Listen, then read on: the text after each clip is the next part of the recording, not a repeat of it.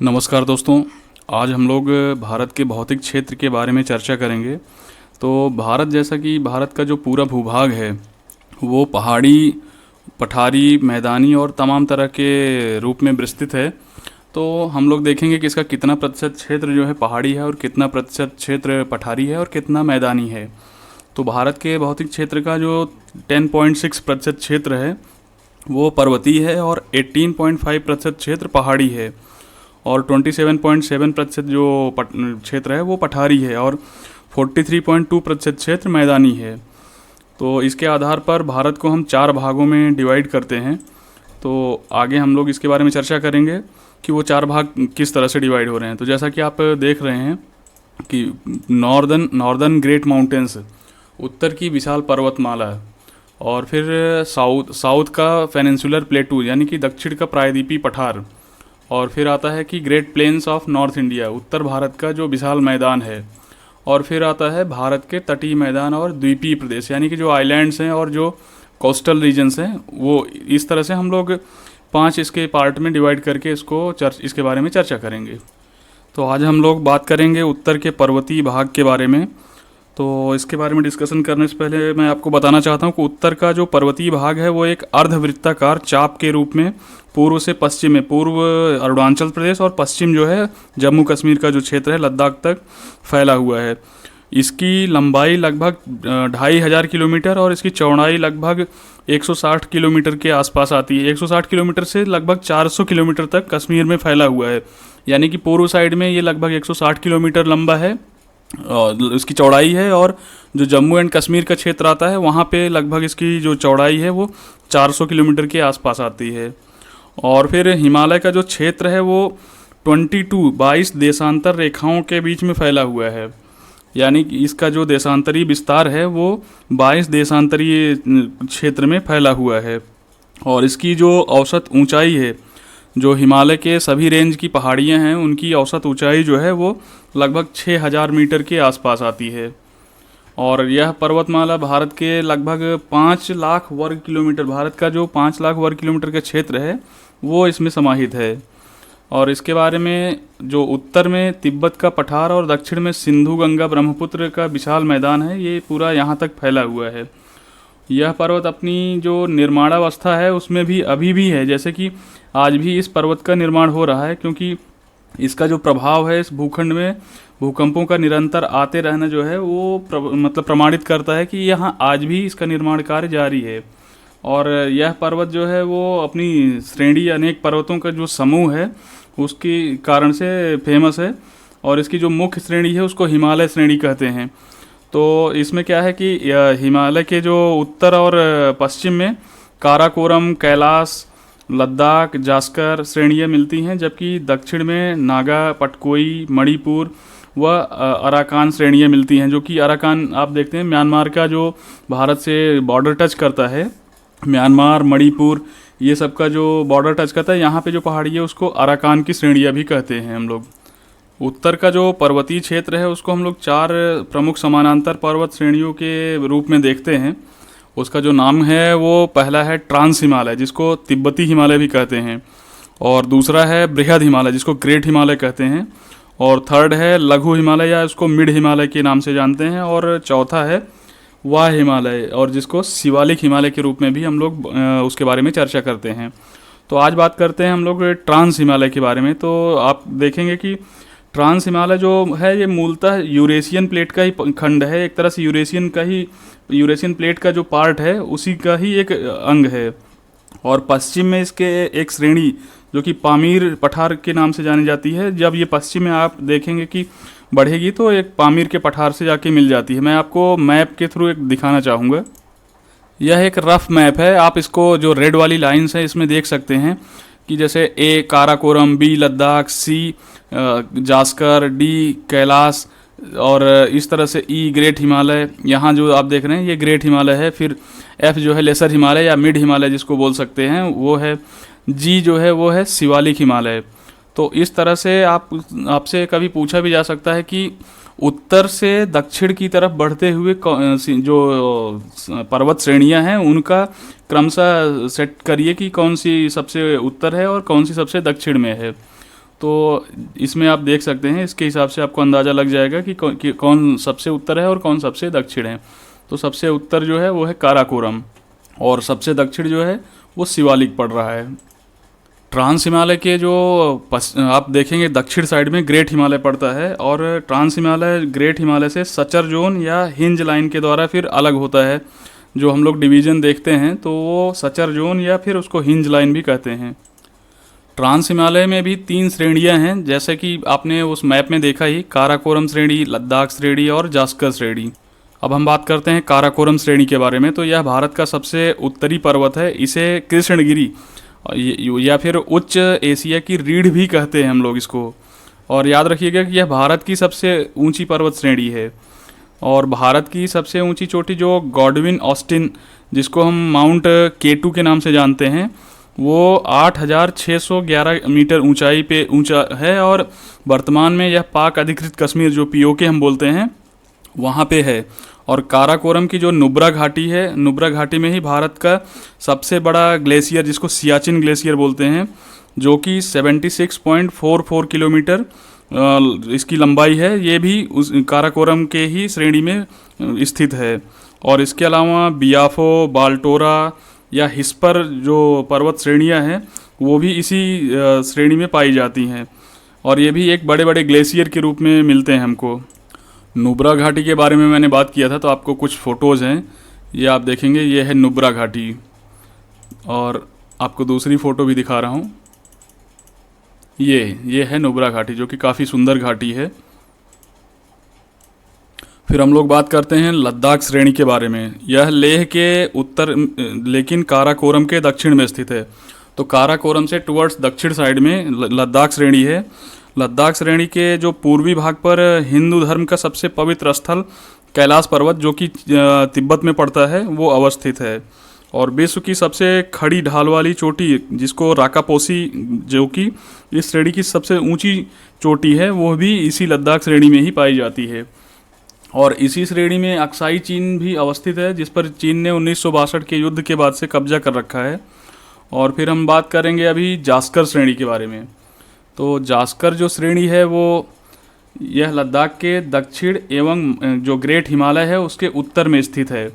और लद्दाख श्रेणी एवं जास्कर श्रेणी के बीच से ही सिंधु नदी जो प्रवाहित होती है वो इसी के बीच से ही निकलती है। और इसका जो विस्तार है वो जम्मू कश्मीर एवं उत्तराखंड दोनों राज्यों में है।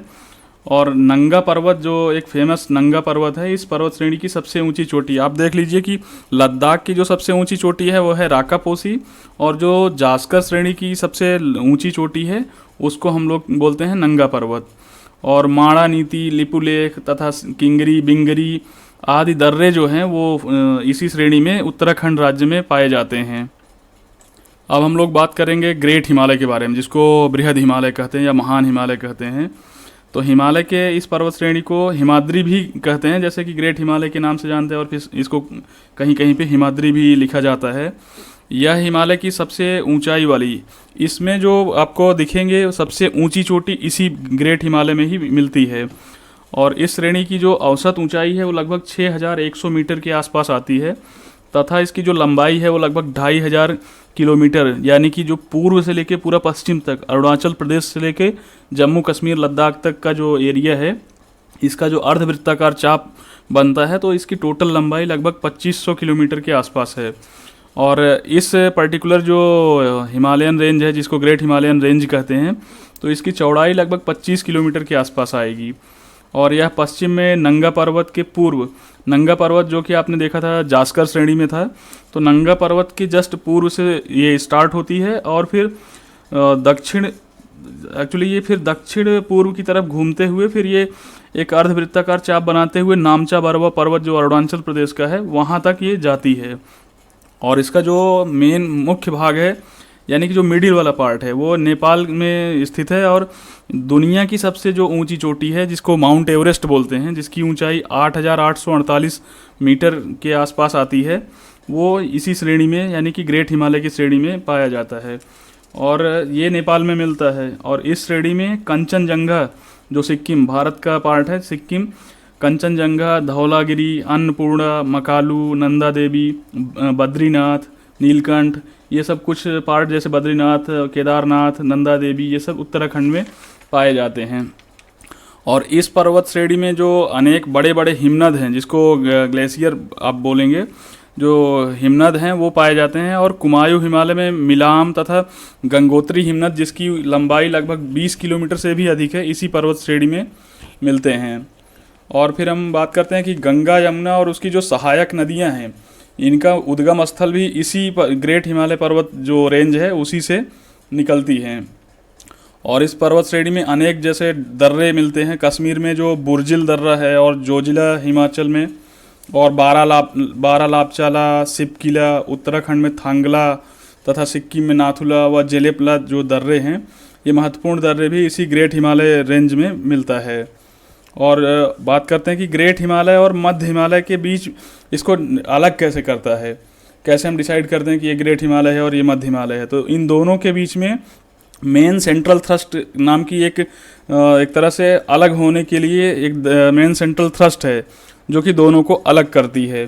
तभी दोनों अलग अलग दिखाई देते हैं कि हाँ, ये ग्रेट हिमालय है और ये मध्य हिमालय है।